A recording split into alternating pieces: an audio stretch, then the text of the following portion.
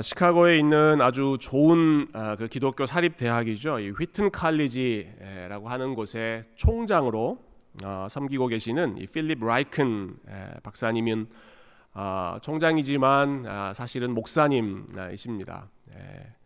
제가 공부했던 웨스트민스터 신학교를 졸업한 또 선배님이시기도 한데, 이분이 오늘날 그 미국의 문화를 일종의 종교로 보았습니다. 요즘 미국 사람들 종교 생활 안 한다라고 하지만 미국 사람들 다 지금 종교인이다, 일종의 종교로 보았는데요. 이 시대의 종교는 그럼 무슨 종교인가? 이분은 소비주의, 컨슈머리즘을 숭배하는, 소비를 지향하는 그러한 종교 생활을 사람들이 하고 있다. 여러분, 종교라고 하면 여러 가지 구성 요소들이 있죠. 가르치는 교리가 있어야 되고, 인도하는 성직자도 있어야 되고, 또 은혜 받는 수단, 여러 가지 그 구성 요소가 있어야 됩니다.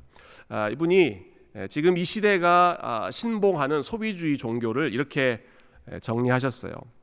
소비주의 종교가 가르치는 핵심 교리, 당신은 더 많은 것을, 더 새로운 것을, 그리고 더 빨리 가질 자격이 있습니다. 이게 소비주의 종교가 가르치는 교리입니다. 이 종교에서 내세우는 표어가 있습니다. 지금 구입하고 나중에 갚으세요. 이 종교를 이끄는 성직자들도 있습니다. 유명 광고 모델과 홈쇼핑 호스트들이 이 종교를 이끌고 있습니다. 이 종교가 예배를 드리는 신전도 있습니다. 대형 백화점과 쇼핑몰, 그리고 지금은 온라인 쇼핑몰들이 그러한 역할을 하고 있겠죠. 그리고 마지막으로 이 종교가 사용하는 아주 중요한 은혜의 수단이 있습니다. 그것은 바로 크레딧 카드입니다. 오늘날 소비에 빠져있는, 소비 중독에 빠져있는 그런 문화를 아주 잘 요약해 주신 것 같습니다. 어떤 분이 과거와 지금 이 시대를 이렇게 비교하신 이야기를 들었습니다. 예전에는 두 종류의 사람들이 있었다. 가진 자와 가지지 못한 자. 예전에는 그렇게 두 부류밖에 없었는데, 지금은 세 종류의 사람이 있다. 가진 자와 가지지 못한 자와 가졌는데 갚아야 하는 자. 가지긴 가졌는데 계속 그것을 갚아야 하는 그러한 사람들이 있다. 갖고 싶은 게 있습니까?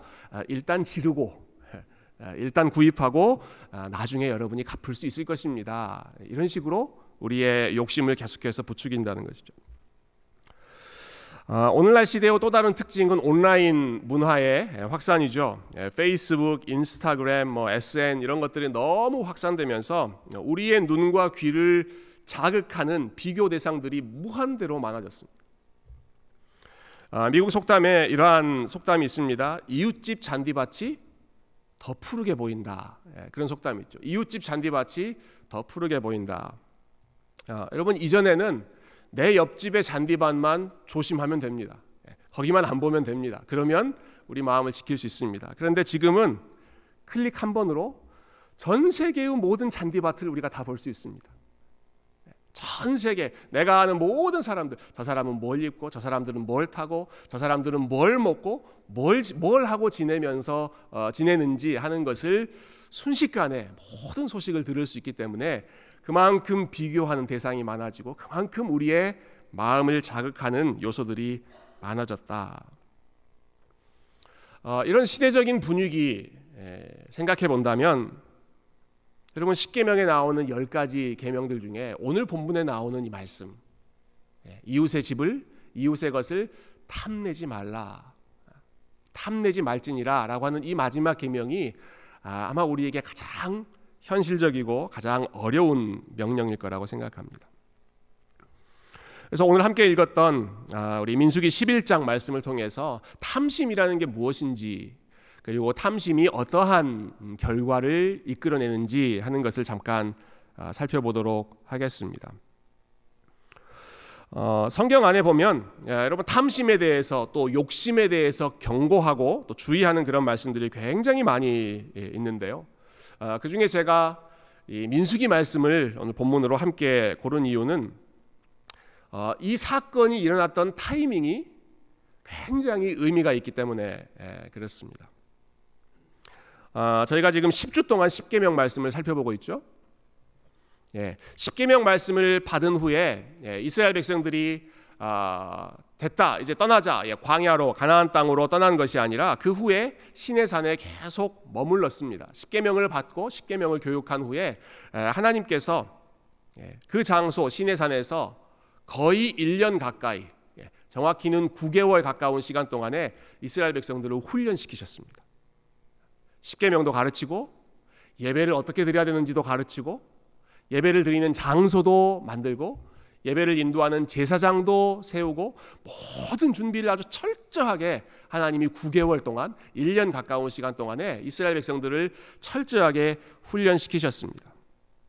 그리고 그 모든 훈련과 모든 교육이 끝나는 지점이 오늘 우리가 읽었던 이 민수기 11장의 바로 앞 10장까지, 그러니까 십계명을 받은 출애굽기 20장부터 민수기 10장까지의 그 긴 내용은 이스라엘 백성들이 다른 곳 가지 않고 시내산에서 하나님 앞에 여러 가지 내용들을 듣고 배우고 훈련했던 그러한 상황이었습니다. 그리고 나서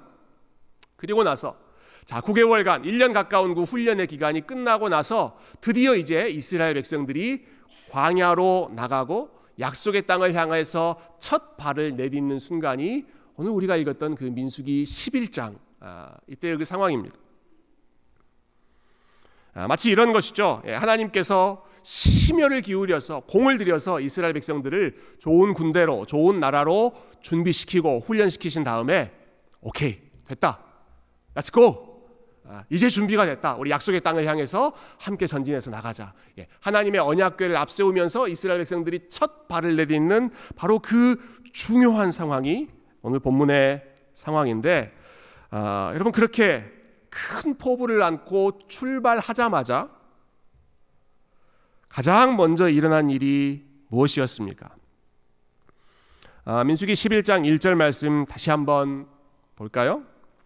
지금 이런 배경에서 첫 발걸음을 내딛는 상황에서 일어났던 일입니다. 1절 보시면 여호와께서 들으시기에 백성이 악한 말로 원망하매 했습니다.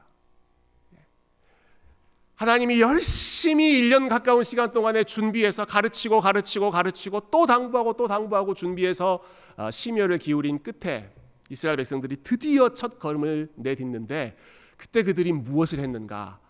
악한 말로 하나님을 원망했다.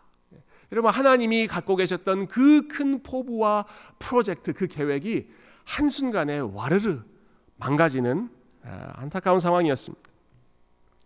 무엇 때문에 무너집니까? 사람들의 악한 말, 하나님에 대한 원망의 말 때문에 그 모든 것이 무너지기 시작했죠.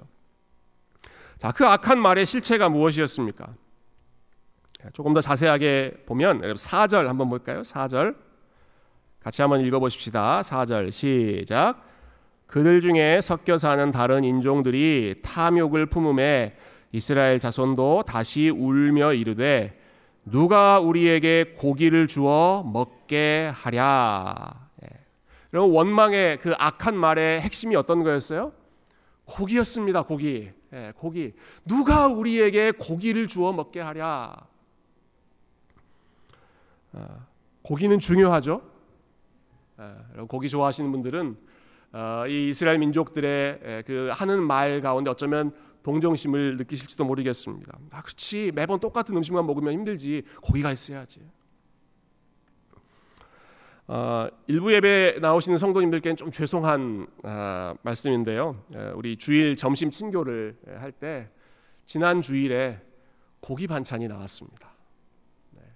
특별히 제 생일 맞이했다고 우리 선교회에서 점심 친교 때 다른 때와는 달리 고기 반찬을 아주 풍성하게 준비해 주셨는데요.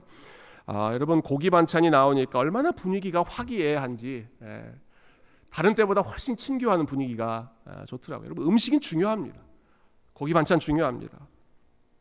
참고로 오늘은 핫도그가 나오는 날인데, 여러분, 행여나 누가 우리에게 이 핫도그를 주었느냐 이렇게 원망하지 않으셨으면 좋겠습니다. 여러분, 고기 중요합니다. 음식 중요합니다. 그런데 지금 이스라엘 백성들이 하고 있는 이 원망의 말, 왜 이것이 악한 말인가? 그것을 좀 잘 우리가 들여다볼 필요가 있습니다. 여러분, 이스라엘 백성들은 고기를 먹을 수 없는 상황이 아니었습니다. 왜 우리에게 왜 고기가 없느냐라고 했지만 고기를 먹을 수 없는 그런 상황이 아니었습니다. 일단 그들에게는 가축이 많이 있었습니다. 그들은 농사짓는 백성들이 아니라 양, 소, 염소 이런 것 끌고 다니면서 목축하는 그런 민족이었죠. 출애굽할 때에도 많은 그런 동물들을 이끌고 나왔습니다. 또 하나님께서 여러 가지 고기를 먹도록 허락하시기도 했고요. 특별히 이스라엘 백성들이 고기를 풍성하게 먹을 수 있는 그런 기회가 있었는데 하나님께 화목제라고 하는 제사를 드리면 됐습니다. 하나님이 여러 가지 제사를 가르쳐 주셨는데 그 중에 화목제, 영어로는 이제 peace offering이라고 하는 제사는 아주 특별한 제사입니다. 이 제사는 제물을 하나님 앞에 드리죠. 그런데 다 드리지 않고 일부만 하나님께 드리고 나머지는 온 백성들이 가까이 있는 사람들이 함께 모여서 그것을 먹는 제사였습니다. 그거를 먹어야 그 예배가 끝납니다. 다 먹지 못하고 남겨놓으면 화목제는 무효. 그러니까 최대한 많은 사람들을 불러들여서 같이 먹어야 그 화목제가 끝날 정도로 하나님께서 함께 먹는 것. 채소를 드리는 게 아니라 소를 드리고 양을 드리고 염소를 드렸기 때문에 이스라엘 백성들이 고기를 먹고 싶다 그러면 화목제 드리면 하나님 앞에 감사의 제물을 드리면 그 사람들이 풍성하게 먹을 수 있었습니다. 그러나 그러한 방법들이 있음에도 불구하고 그러한 것들은 사용하지 않고 그냥 불평하는 것입니다. 우리에게 고기가 없다. 한 절 더 내려가면 5절에 사람들의 불평이 더 심해지죠. 5절 제가 읽어보겠습니다. 우리가 애굽에 있을 때에는 값없이 생선과 오이와 참외와 부추와 파와 마늘들을 먹은 것이 생각나거늘. 이제 고기만이 아니라 여러 가지 반찬 리스트들이 나오죠. 생선, 오이도 없고 참외도 없고 부추도 없고 파도 없고 마늘도 없고 이 뭐야 이거. 그러면서 과거와 비교합니다. 우리가 이집트에 있을 때에는, 우리가 애굽에 있을 때에는 값없이 생선과 오이와 참외와 부추와 파와 마늘들을 먹었는데, 여러분 이 구절에서 우리가 주목해야 할 단어가 하나 있습니다. 그냥 지나가면 안 되는 단어가 있습니다. 어떤 단어를 주목해야 될까요? 값없습니다. 값없이. 우리가 애굽에 있을 때에는 값없이, that cost nothing, 아무런 노력 없이, 아무런 희생 없이 그냥 거저 고기도 먹고 생선도 먹고 오이도 먹고 참외도 먹었는데, 여러분 이스라엘 백성들이 그랬습니까? 값없이 공짜로 우리가 그런 것들을 먹었는데 라고 하는 지금 이 사람들의 말이 여러분 사실입니까? 아니면 사실을 왜곡하는 것입니까? 그들은 죽을 만큼 고생했습니다. 값없이 먹은 적이 없습니다. 여러분 노예로 수백 년 살면서 하나님 앞에 부르짖었습니다. 하나님 너무너무 힘듭니다. 하나님 제발 우리를 이 고생하는 이 상황에서 좀 건져 주십시오.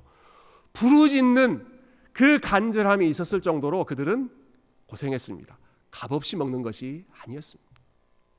정말 고생하면서도 아마 제대로 먹지 못했을 것입니다.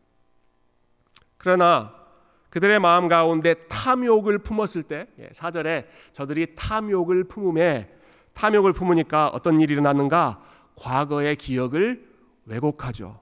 그때가 좋았는데, 고생했던 시간들은 다 잊어버리고 그때는 우리가 편하게 값없이 이 모든 것들을 먹고 누릴 수 있었는데 그렇지 않았습니다. 마치 과거에는 값없이 편하게 먹었고, 그런데 지금은 과거에 비교해서 아무것도 없는 것처럼 그 현상을 왜곡하고 그 현상을 불평하고 원망하는 것이 오늘 이스라엘 백성들이 보여주고 있는 모습입니다. 근데 이스라엘 백성들은 지금 아무것도 없는 상태가 또 아니었습니다. 6절을 한번 볼까요? 6절은 같이 한번 읽어보십시다. 시작. 이제는 우리의 기력이 다하여 이 만나 외에는 보이는 것이 아무것도 없도다 하니, 여러분 지금 하나님께 원망하는 이 사람들이 먹을 것이 아예 없어서 배고파서 원망하는 것이 아니었죠. 그들에게 무엇이 있었습니까?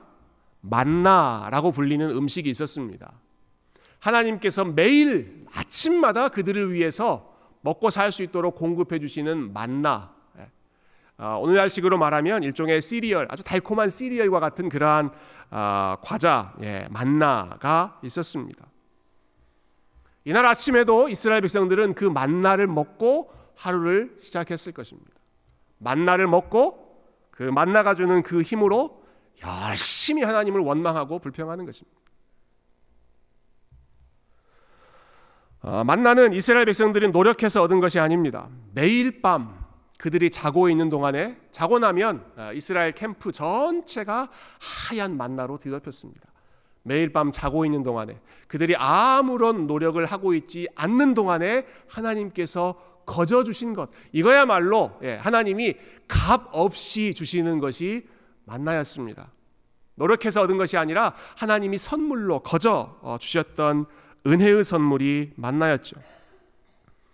그러나 이스라엘 백성들이 불평하는 목소리를 들어보십시오. 우리에게는 지금 이 만나 외에는 아무것도 없습니다. 만나가 있지만 이 사람들의 마음은 하나님, 이 만나만 가지고 어떻게 삽니까? 하나님이 주신 것으로는 양에 차지 않습니다. 하나님이 주신 선물이 마음에 들지 않습니다 라는 것입니다. 매일 아침, 매일 그들이 자고 있는 동안에 하나님이 그들 사랑하는 마음으로 계속해서 공급해 주시고 주시는데, 하나님, 이거 말고요, 이거 말고, 만나 말고, 고기요, 고기. 하나님이 주시는 거 말고 내 입에 맞는 거 주십시오. 여러분, 만나는요 그냥 단순한 음식이 아닙니다. 만나는 하나님이 이스라엘 백성들과 항상 동행하고 계시다는 것을 보여주는 사인이었습니다. 그냥 먹고 하루 버텨라, 그것이 아니라 봤지? 내가 매일 너희들을 기억하고 있다, 매일 너희들과 함께하고 있다, 이것을 보여주는, 하나님의 함께하심, 하나님의 임재를 보여주는 것이 만나입니다. 그렇다면 지금 이스라엘 백성들이 만나를 먹으면서 원망하고 있다 하는 것은 무슨 뜻일까요?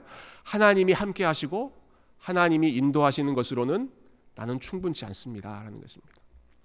하나님이 함께하시는 것으로는 충분치 않습니다. 하나님, 그걸로는 내 마음이 족하지 않습니다. 다른 게 있어야 되겠습니다. 하나님이 인도해 주시는 것, 하나님이 공급해 주시는 것으로는 하나님 양에 차지 않습니다. 다른 게 좀 있어야 되겠습니다. 여기에 그 탐심의 핵심이 있습니다. 우리가 탐심을 이렇게 좀 정의할 수 있을 것 같아요. 여러분, 탐심은 단순히 다른 사람들이 가지고 있는 것이 더 많아 보여서 부럽고 그것이 질투나고 그러한 것이 아니라, 탐심은 하나님이 함께 하시는 것으로 만족하지 못하고 하나님이 주신 선물로 만족하지 못하는 것이 탐심입니다. 탐심은 이웃의 것이 막 눈에 들어온 그게 지금 탐심이 아니라, 하나님이 함께 하시는 것으로 만족하지 못하는 것이 탐심이고 탐욕입니다.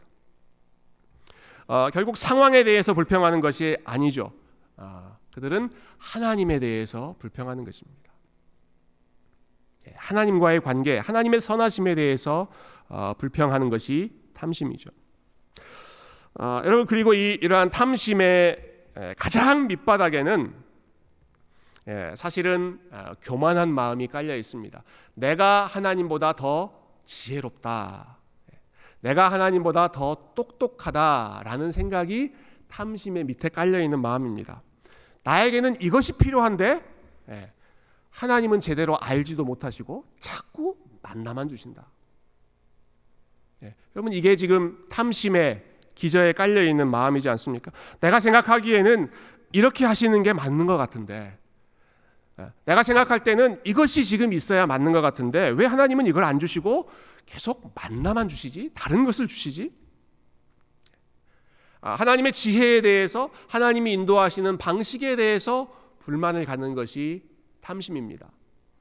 출애굽기 20장 말씀에서는 내 이웃의 것을 탐내지 말아라, 내 이웃의 아내, 내 이웃의 소유, 내 이웃의 소, 나귀 이런 것 탐내지 말라, 이웃의 것을 탐내지 말라라고 말씀하셨지만, 정말 본질적으로 보면 여러분, 탐내지 말라의 핵심 대상은 이웃의 것이 아니라 하나님의 자리입니다. 하나님의 자리.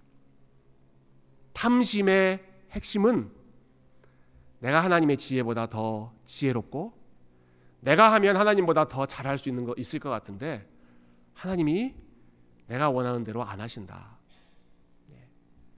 하나님의 권위와 하나님의 지혜를 탐내는 것이 탐심의 가장 깊은 곳에 깔려 있습니다.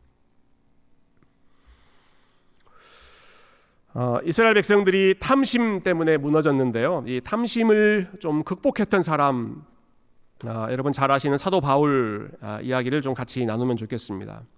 지난 주 중에 우리 로마서 말씀을 읽었는데 로마서 9장에 보니까 사도 바울이 굉장히 참 힘들어하는 그런 상황이 있었어요. 사도 바울이 정말 하나님 앞에서 씨름하는 그런 이슈가 있었습니다. 여러분, 바울은 자기 가족을 굉장히 사랑했던 사람입니다. 자기의 민족, 자기 동족, 유대인을 너무너무 사랑해서, 그런데 유대인들이 하나님을 믿지 못하는 것 때문에 너무너무 안타까워서 하나님 차라리 저를 제외하시고 내 동족을 하나님 구원의 백성으로 삼아 주십시오, 이렇게 간구했을 정도로 자기 민족을 사랑했던 사람이죠. 근데 본인이 생각하기에 참 하나님의 그 구원하시는 방식이 이상한 것입니다. 하나님이 유대인들은 잠시 버려두고 이방인들을 선택해서 이방인들을 구원하신다 라는 사실, 그러한 현실이 유대인을 누구보다 사랑했던 바울의 마음 가운데는 굉장히 불편한 현실이었을 것입니다. 그래서 그거 가지고 계속 씨름하죠. 하나님의 뜻이 무엇일까? 여러분, 그때 바울이 지금 이렇게 이해되지 않는 상황 때문에 하나님 앞에 충분히 따지고 원망하고 악한 말을 쏟아 놓을 수 있는 그런 상황에 바울이 하나님 앞에서 자기의 생각을 철저하게 굽힙니다. 유명한 말씀이죠. 14절, 20절, 21절 로마서 9장에 나오는 말씀 제가 한번 읽어보겠습니다. 그런즉 우리가 무슨 말을 하리요? 하나님께 불의가 있느냐? 그럴 수 없느니라. 하나님께 불의가 있을 수 있겠느냐? 하나님이 뭔가 unfair하게 하신 것이 있겠느냐? 그럴 수 없느니라. 이 사람아, 네가 누구이기에 감히 하나님께 반문하느냐? 지음을 받은 물건이 지은 자에게 어찌 나를 이같이 만들었느냐라고 말할 수 있겠느냐? 토기장이가 진흙 한 덩이로 하나는 귀히 쓸 그릇, 하나는 천히 쓸 그릇을 만들 권한이 없겠느냐? 다시 풀어서 이야기해 본다면, 여러분, 하나님이 창조주이시고 우리가 피조물의 자리라면 우리가 감히 하나님께 하나님 왜 내 인생은 이렇게 만드시고 저 사람 인생은 저렇게 만드십니까? 라고 반문할 수 있는, 따질 수 있는 그러한 권한이 있겠느냐? 그럴 수 없다는 것입니다. 하나님께서 어떤 사람은 이러한 방식으로 만드시고 인도하시고, 하나님께서 다른 사람은 또 다른 방식으로 만드시고 인도하시고 하실 수 있는 그러한 권한이 하나님께 없겠느냐? 있다는 것입니다. 그분이 창조주이고 그분이 절대적인 주권자이시기 때문에 하나님께서 이런 사람은 이런 식으로, 저런 사람은 저런 식으로, 하나님께서 유대인은 유대인대로, 하나님께서 이방인은 이방인대로, 하나님께서 내 모습은 이런 모습대로, 다른 사람의 상황은 저런 상황대로, 하나님은 이 사람은 이러한 용도로 사용하시고 저 사람은 저러한 용도로 사용하시고, 그렇게 할 수 있는 권한이 하나님께만 있는데 감히 당신이 누구이기에, 감히 우리가 누구이기에, 감히 우리가 무엇이기에 하나님 앞에 감 나와라, 떡 나와라, 이거는 마음에 들지 않습니다, 왜 이것만 주십니까? 라고 감히 따질 수 있겠는가? 그럴 수 없다는 것이죠.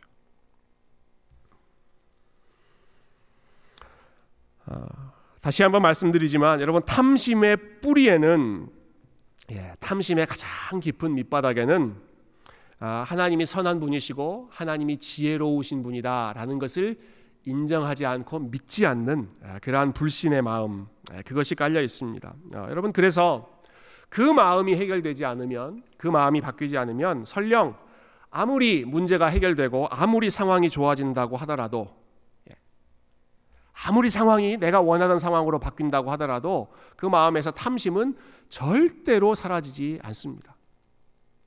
하나님과의 관계가 제대로 해결되지 않으면 아무리 상황이 좋아지고 문제가 사라진다고 하더라도 탐심은 사라지지 않습니다. 이스라엘 백성들이 광야에서 불평 많이 했죠.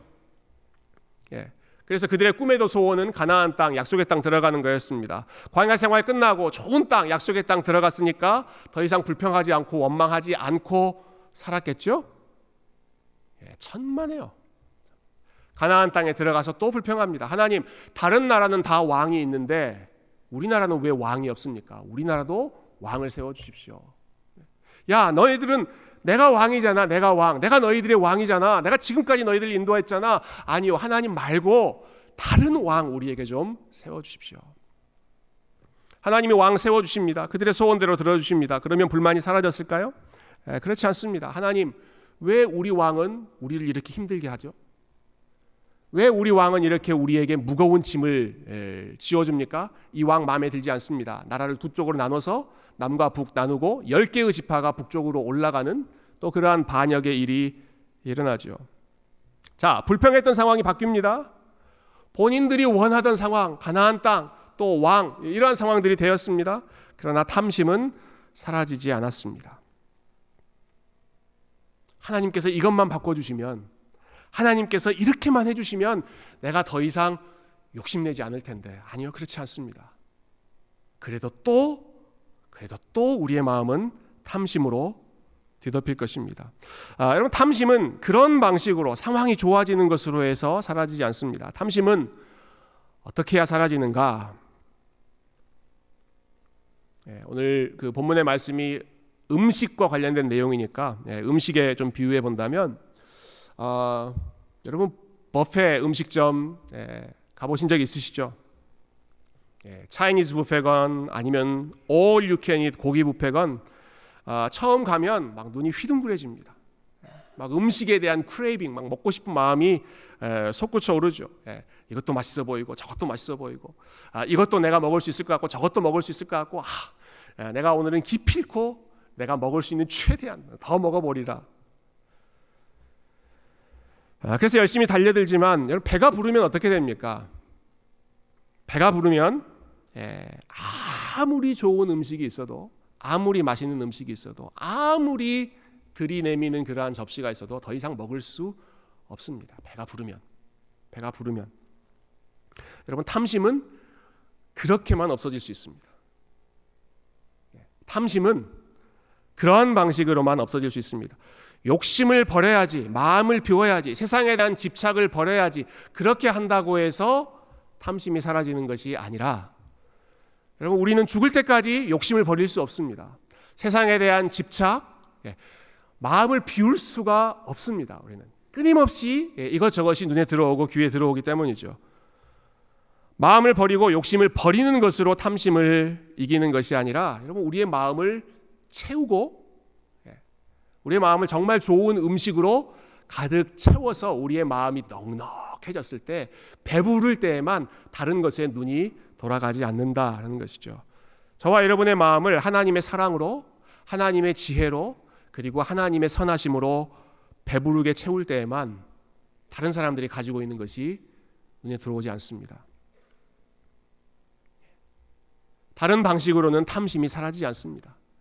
우리의 마음과 우리의 생각이 가득 채워져 있을 때에만, 하나님으로 가득 채워져 있을 때에만.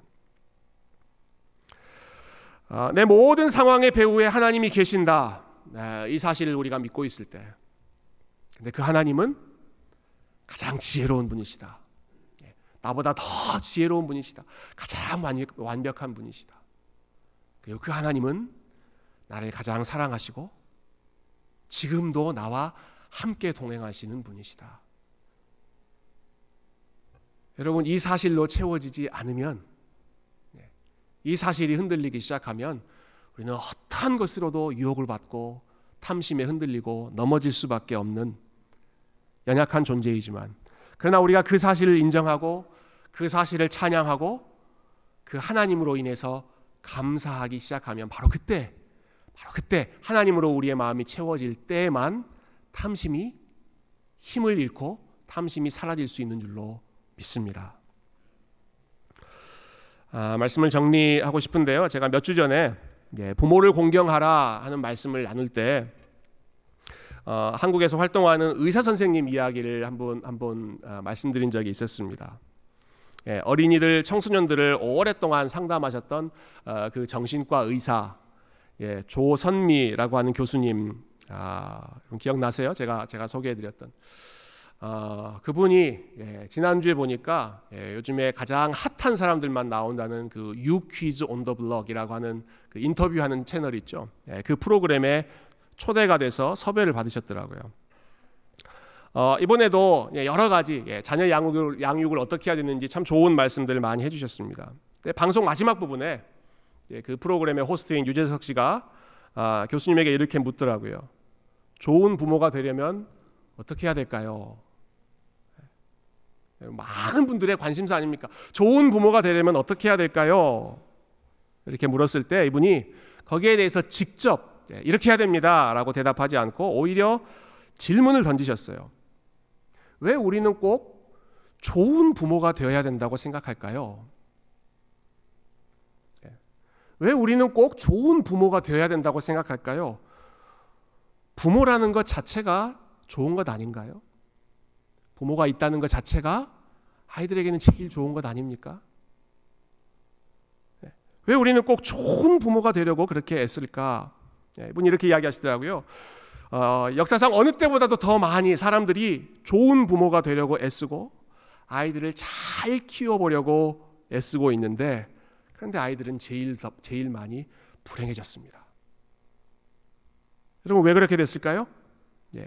좋은 부모가 되고 좋은 자녀를 만들겠다라고 하는 욕심이 오히려 우리의 마음 가운데 우리의 삶 가운데 독이 돼서 하나님께서 주신 가족에 대해서 감사하는 마음 그것들은 다 사라져버리고 좋은 부모가 돼야 되는데 좋은 자녀가 돼야 되는데 이게 부족하네 이게 안 되네 끊임없이 불만을 생각하게 하는 그러한 요소가 되어버렸다라고 하는 것이죠. 오해하지 않으셨으면 좋겠습니다. 여러분 우리가 좋은 부모가 되려는 노력을 안 해야 된다는 말씀을 드리는 것이 아닙니다. 우리 자녀들을 아무런 기대감 없이 그냥 막 키워야 된다 그런 말씀을 드리는 것도 아닙니다. 당연히 좋은 부모가 필요하고 좋은 목사가 필요하고 좋은 가정이 필요하고 좋은 교회가 필요합니다. 그러나 그보다 우리가 먼저 생각해야 될 것은 여러분 부모는 좋은 것이고 자녀는 좋은 것이고 가정은 좋은 것이고 목사는 좋은 것이고 저희들의 입장에서 성도는 좋은 것입니다. 교회는 좋은 것입니다. 가정은 좋은 것입니다. 하나님이 주신 선물입니다.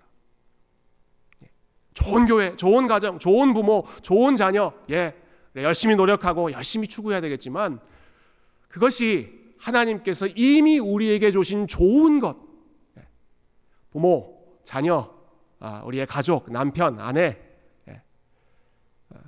여러분 내 기대만큼 좋지 않으면 내버리시겠습니까? 교회, 목사 혹은 성도 그 기준에 내가 좋다고 생각하는 그 기준에 미치지 못하면 감사하지 않고 불만하고 계속 원망하고 그렇게 내팽개치시겠습니까? 아닙니다. 우리에게 부모가 있다는 사실, 자녀가 있다는 사실, 교회 안에 말씀을 맡은 목회자가 있다는 사실, 교회 안에 여러 가지 일들을 하는 직분자가 있다는 사실, 교회 안에 하나님 앞에 함께 예배하는 성도들이 있다는 사실, 무엇보다 하나님이 우리에게 이렇게 풍성한 삶을 허락해 주셨다는 여러분 그 사실 자체가 좋은 것이고 우리는 그것만으로 하나님 앞에 감사할 수 있어야 합니다. 혹시 여러분 중에 내가 더 좋은 사람이 돼야지, 내가 더 잘해야 하나님이 기뻐하시지, 혹은 내가 더 좋게 준비되어야 하나님이 나를 더 많이 사용하시겠지, 여러분 그런 생각을 혹시 하시는 분이 계시다면 여러분 더 잘하지 않아도 하나님은 충분히 여러분을 사랑하고 계십니다. 여러분 더 좋은 사람이 되지 않아도 하나님이 언제 우리를 사랑하셨어요? 우리가 죄인 되었을 때, 우리가 연약할 때, 우리가 하나님의 원수 되었을 때 하나님이 사랑하셨기 때문에 우리가 더 좋은 사람 되지 않아도 충분히 하나님이 저와 여러분을 사랑하고 계시고 더 좋은 상황이 되지 않아도 하나님은 충분히 지금 여러분들을 여러분 있는 모습 그대로 사용하고 계시는 줄로 믿습니다. 끊임없이 우리의 마음 가운데 더 잘해야 돼, 더 좋아야 돼, 더 많아야 돼, 이런 것들이 있어야 돼. 불만족과 야망과 탐심을 부추기고 있는 세상 속에서 여러분 하나님만으로 만족하고 하나님만으로 충분하다고 고백하고 우리 하나님의 은혜로만 감사할 수 있는 믿음의 성도님들 다 되시기를 주님의 이름으로 축원드립니다.